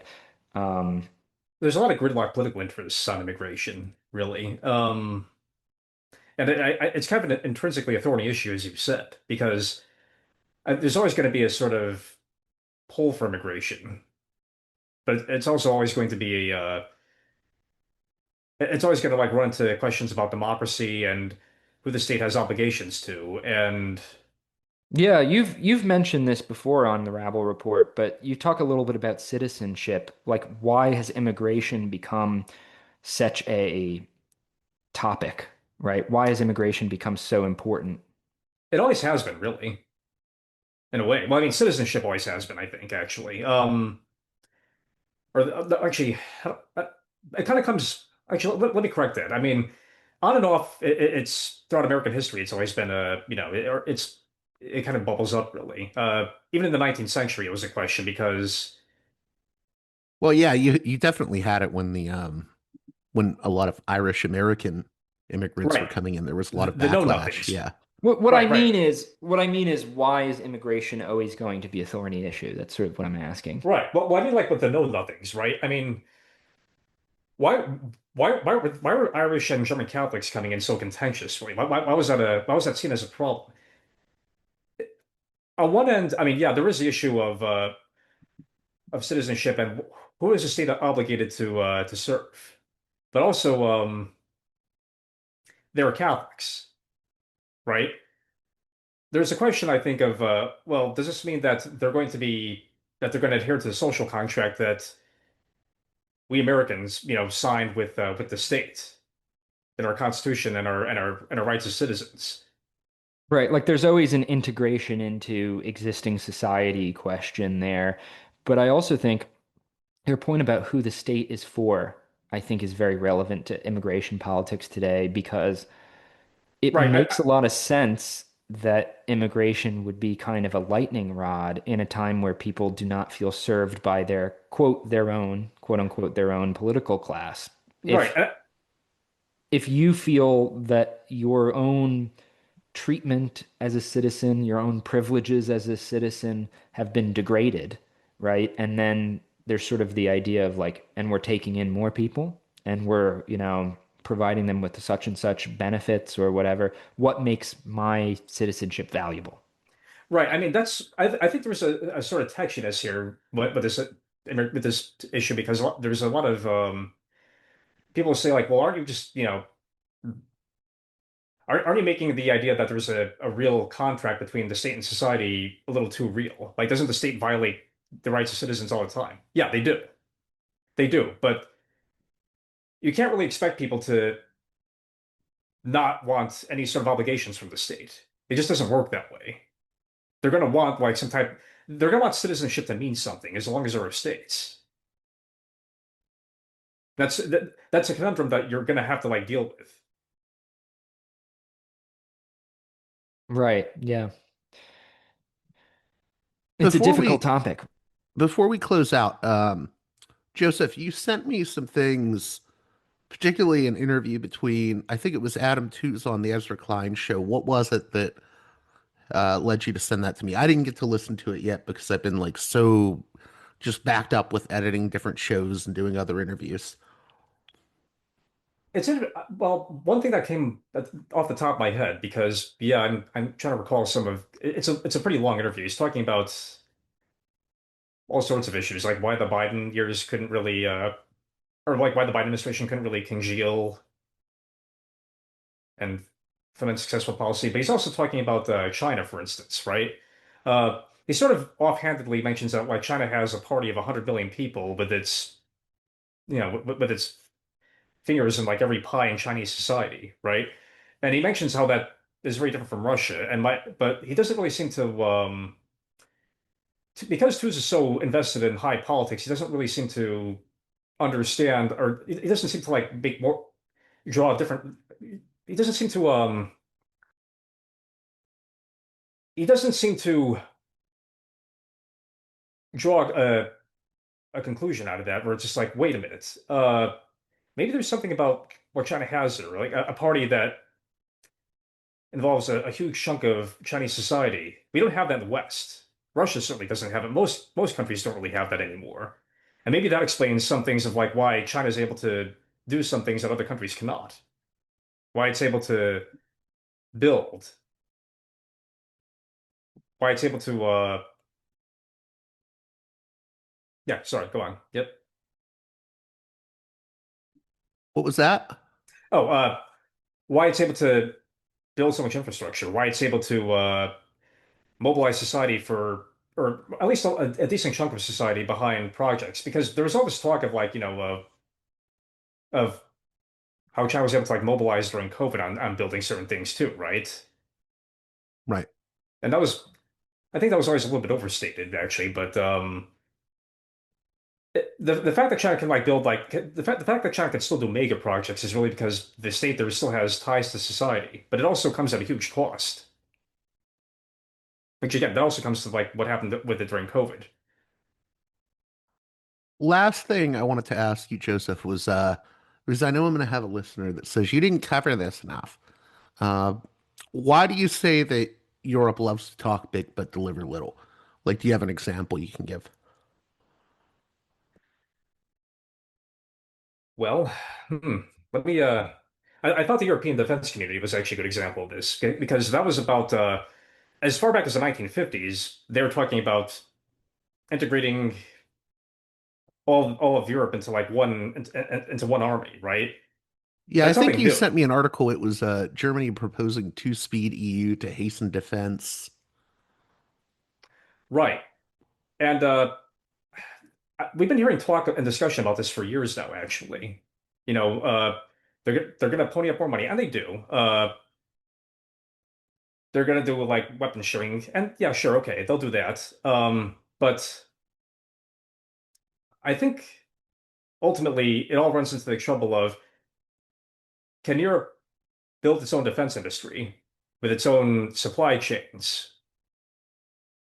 And in a weird way, even though you had all this big talk 4 years ago from Scholz about Germany stepping up and spending a lot, spending a lot isn't the same thing as independence.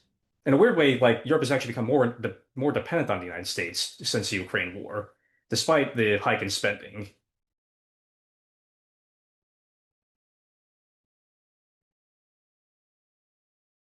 And is there anything you wanted to add to that, Grant, before we close out?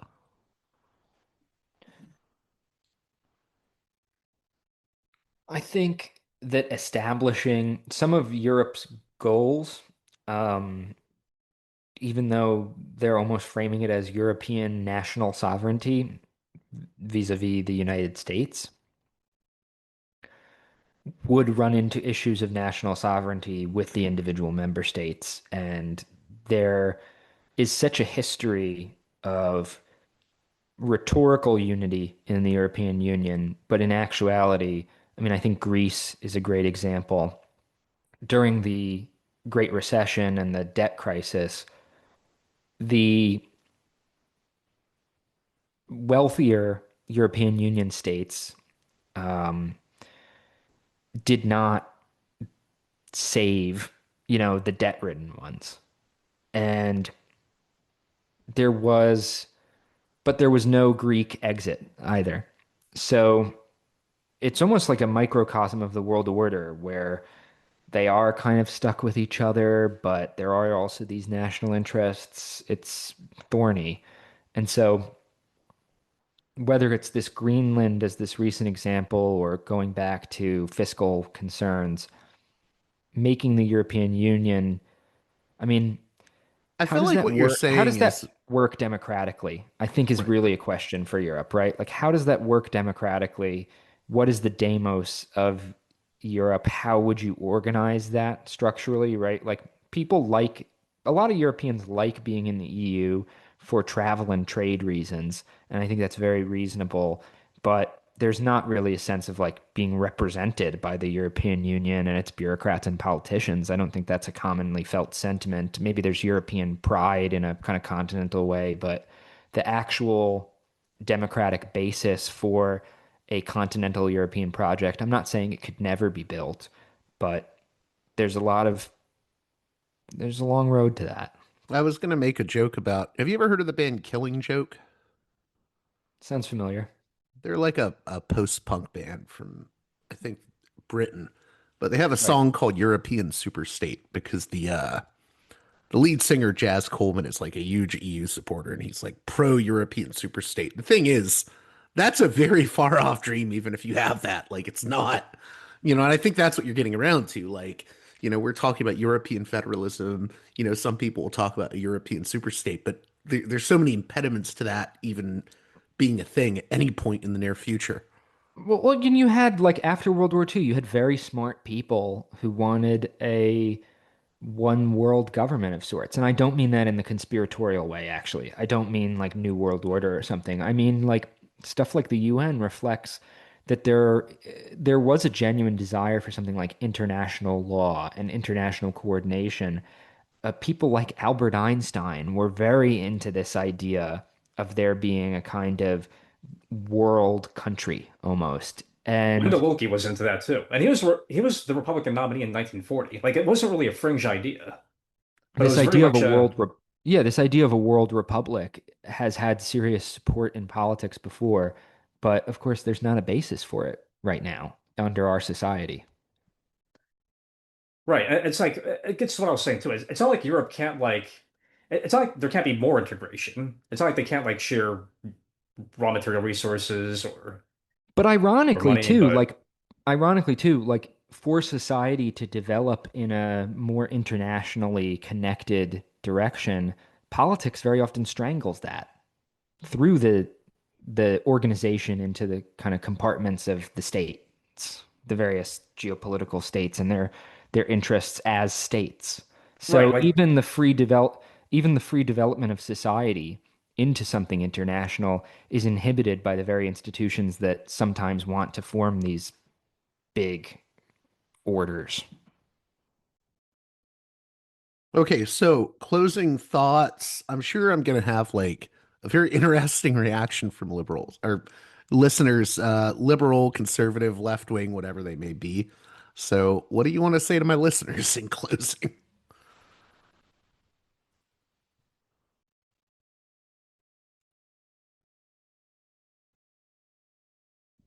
Is that just dead silence? No, I'm thinking. I wanted to give Joe a chance. Yeah. This has been an odd conversation because I feel like I'm going to have listeners that will both be nodding their head and then they'll have the little fumes coming out of their ears at different points. So Right, you're right. doing something right because you're both getting people to think and maybe getting them angry. I think it's all contextual, right? Like I think about everybody's different in terms of how they relate to their social interests and how politics relates to the way they relate to their own social interests and how they see themselves. Like, and I don't view people as like that you're political or social or some kind of hard limit like that. Like That itself would be political. that in itself would be kind of a political project on our part, right? Like I think people are all using politics to think these things through. Um, it's worth taking a step back and thinking, though, like thinking the unthinkable, right? Is there an analytic lens that allows me to look at politics as a whole? And we offer that kind of as a tool that people can use to help clarify things for themselves in their own lives. It's not that they actually have to agree with us on every particular point of it. There's a lot of ways to do anti-politics. And, I'd much rather just help somebody clarify something for themselves, even if they come to a different conclusion than me, then kind of bring the new gospel. Because, I have my own ideas of where I think society might go, but Your approach is much more descriptive rather than prescriptive. I'm actually kind of curious. What would get people steamed about this conversation? Because I don't even think we're seeing anything particularly inflammatory. I I guess that don't that is know, an but interesting you know question. what? Half my episodes, I have people yelling at me one second, and then other people praising me the Yeah, next. So yeah. Because I guess, yeah. Because I'm thinking like even like is it just I'm saying that like I don't think Europe is going to unite and like they're gonna have a I think there are a lot of listeners that will recoil at the idea of anti-politics or whatever because I don't know that they have the same conception of it as you. Just take a dip in the pool. Just try it out. It's okay to just like give it a little bit of a chance. I think that's is it we've because had a like lot of it go ahead, Joe. do you think it's because what is it about it that steams people? Is it because it doesn't like give them a political project to kind of work on or it's just like there's a general cognitive dissonance that it kind of creates because I think a lot of people actually get I think there's a strange sense of like people get mad at you if you don't suggest that society's in ruins right now. Yeah, there's a few things in there, right? Like there's the antisocial element of politics where if you have a view of society that is not that it is reactionary or bad or the problem, like what do you mean the barbarians are at the gates, like blah blah blah. And that is something that even populists, it's like we'll see society in a negative light too. So it's not just the establishment. But I also think that Joe, to what you were saying,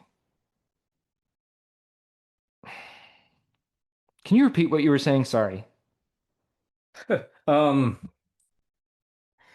is that it doesn't give people a Yeah, positive yeah, yeah. political project So to work like on, there is often a frustration. Like anti-politics has always been interesting because we will get people who are kind of haters of it, who it's still you can tell it kind of something got stuck in them about it, and they keep coming back to it and coming back to it and coming back to it as a frustration of theirs or something.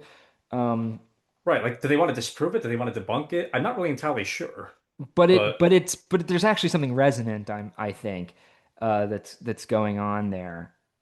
yeah, I didn't Yeah. have the same reaction to it when I first heard about it. I was like, okay, keep going because I need to hear about this. But even people who are sympathetic, I think oftentimes even sympathetic people are like, the wall they hit is, well, what do I do? And there's that political way of thinking is viewing yourself as an abstraction almost of like politics is like, how can I go out there and go do something over there? And I'm not of the opinion that there's nothing you can do, but I think you actually have to start from your own real life, your social context, right? Like if you're a middle class person or you're a worker or I mean, not even to put people into these demographic slices, because I think we're much more than that even, but just as sort of a shorthand here. you have to look at what's actually available to you instead of playing Age of Empires with troops that don't exist for your political strategy that you are not. And a lot of people who are very interested in politics, are not generals, so to speak. They're passive observers who are pre kind of alienating their own actual social powers to this thing that they want to get something out of or like create a project inside of.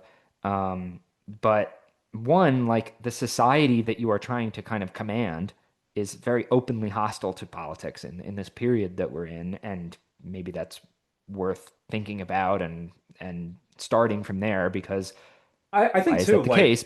But also what is available to you as the real person that you are? Because we're not saying there's nothing to do, but I think too, like maybe being invested in these projects winds up alienating you yourself from other people.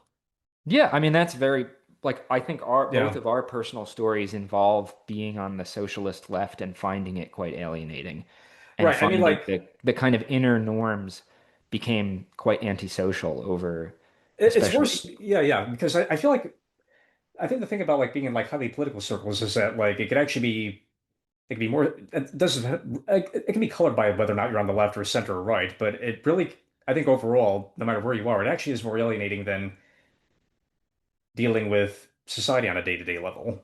there's a lot of litmus tests. There's a lot of moralizing sort of whatever political team you're on. I mean, it's just exhausting, right? And to be able to free yourself of that stuff is really, really a weight off your shoulders, I think. Right. And it doesn't mean like anti-politics is not being apolitical. It is, I still follow politics quite closely, but I'm not sort of caught in the mania of the week. And that brings me a lot of peace. I think too, like I guess I had to ask that because I wasn't sure if JG meant like like are people gonna be mad at like specifics about like Europe or something, I don't that think type it's of that. thing. I think I'm going to have listeners, and I'm not going to say I necessarily blame them for this, but they'll, I have listeners that are like activists on the ground for whatever cause they're supportive of, whether it's organizing rallies against ICE or whatever else, that are going to think, well, what are you saying? I'm the enemy because I'm, doing active organizing on the ground in say like, where I'm near where I'm from, like St. Pete. Although I think that's a misunderstanding because I don't think you're saying anyone is the enemy to begin with, because that itself would be sort of Schmittian politics to begin with. But I Yeah, think people could misinterpret it as such. We should do an episode on Schmidt.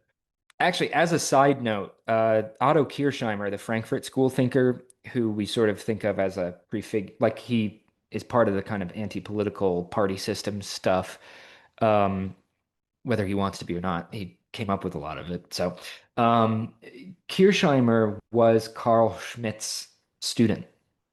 And so you have like actually quite a dramatic story you could kind of tell about like the uber political figure of Carl Schmitt, who is like all about politics and what is politics and the sovereign, and politics is this friend enemy distinction. And then you have Otto Kirchheimer, who, had a initial professional relationship to him and then was exiled from Nazi Germany, who comes up with they start from a similar like critique of like liberal democratic institutions in, Germany at the time and go very different directions with it, which is quite interesting. But that was totally a digression from what you were saying. Activists, are activists going to be offended? I mean, I think that most successful social movements, right, would take what we're saying into account here. By the way, when And I say activists, I'm not talking about left book. yes, I hope that was apparent. no, there's people who do good things out in the world. I wouldn't deny that. But I think when you have very successful social movements like today, it looks pretty weird a lot of the time, right? Like if I try to think about like what's a movement that actually achieved its goals It's not within left the or right last these days. when I think about what's a movement that has actually achieved its goals in the last decade, I think of something like the Yellow Vests, right? Which had a very ideologically scrambled approach. There was a kind of civil society layer that tried to kind of lay claim to leadership of it, but it was very rejecting of political leadership. So, you had the socialists in France tried to claim the mantle of the Yellow Vests and failed, but then Le Pen showed up and people at the Yellow Vest protests were chanting death to capitalism. So she was mortified too. And so like you have, I think,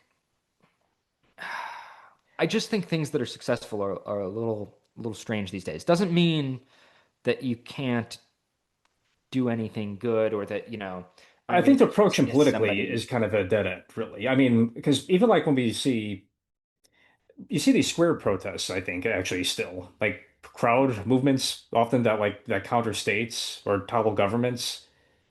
Are they usually colored left or right, or they're not usually about ideology, really. And they're not usually and they're not run by and they're not really commandeered by the political class, including its activist flank, really. Like, I don't know, look at the stuff that's happened in Bulgaria recently, or Nepal, Well, I think Nepal's interesting because you did actually have a civil social organization take an organizing role in it. Um, but it was sort of to the extent it was doing a good job, right? It was channeling what was happening out of society rather than trying to sort of shape it or lead it or anything. I mean, we need to do more research on Nepal, I think, but I think like there's room for organizations, but what is their relationship to society, right? I think that's, and also what is their relationship to politics, right? Because I think a lot of these activist formations are very inhibited by their relationship here in the United States to the Democratic Party.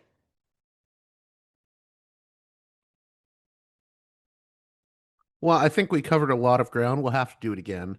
I really enjoy these conversations with both of you. Um, do you want to promote the Rabble report? How can my listeners watch it? So, Rabble Report is primarily on YouTube. We also have a Spotify when I remember to upload the episodes to Spotify, and that's another route you can go. See, I But if have the you, opposite problem. I forget to upload them to YouTube. So I'm and glad I'm I, not the only one that has problems with uploading to multiple different whatevers. right, I think for us, like YouTube is cool because we use some visual elements in some of our stuff and that kind of thing.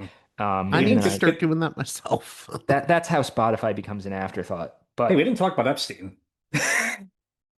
Let's not open that can of worms right now. yeah, but Rabble Report on YouTube. Yeah, that's Yeah, probably yeah. the best place to find us. We also have a Substack though. I've been trying to use it more. I did put out one article about our right-wing populism episode called, I think it's does populism have a social base?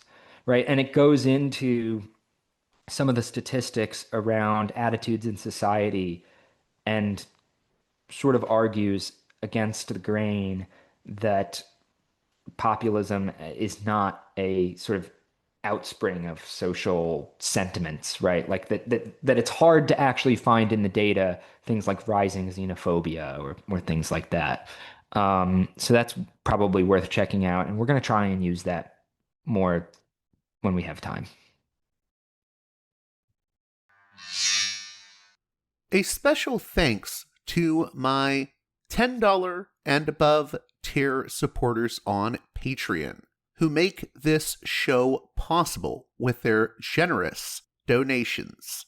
Producers credits shout out to those supporters: Aaron, Jeremy, Matt, Big Bob's Beepers, James, Enoch, David, Sadad, Tristan, Bob, Eva, Miriam, West Bank Robbery Pod, B. Lund, Transnatural Perspectives Podcast, Dan, Nick, Elliot, Fabian, Tom, Arlen, Bo, Spartacus, James, G, Jamie, Will, JC, WV, Sutra, Orc, Catherine, Darko, Nathan, Holland, Dan, Mark, Chase, Olm, Gary, Emilia, Nick, Brace, Michael, and Brian. Please join those listeners in supporting me at the $10 and above tier of my Patreon page, patreon.com/Parallax Views, if you'd like your very own producer's credit on each and every edition of the program. Until next time, you've been listening to Parallax Views with Parallax Views to Parallax Views with Parallax Views. The way out is not simply to say, don't do it, just to prohibit. It's nothing else. If we don't do it, others will be doing it like crazy. So, we have to confront the problem. But no, basically, I know of the great anxieties, problems, new forms of control, but it's also new forms of freedom. This is why I always emphasize that internet and all this new digital stuff, it's a very ambiguous phenomenon, but it's the field of struggle. New forms of enslavement, but at the same time, new incredible forms of freedom. We have to accept the fight with no nostalgia for old, allegedly more authentic communities or whatever. I'm not afraid. I'm not afraid. I'm not afraid. I'm not afraid.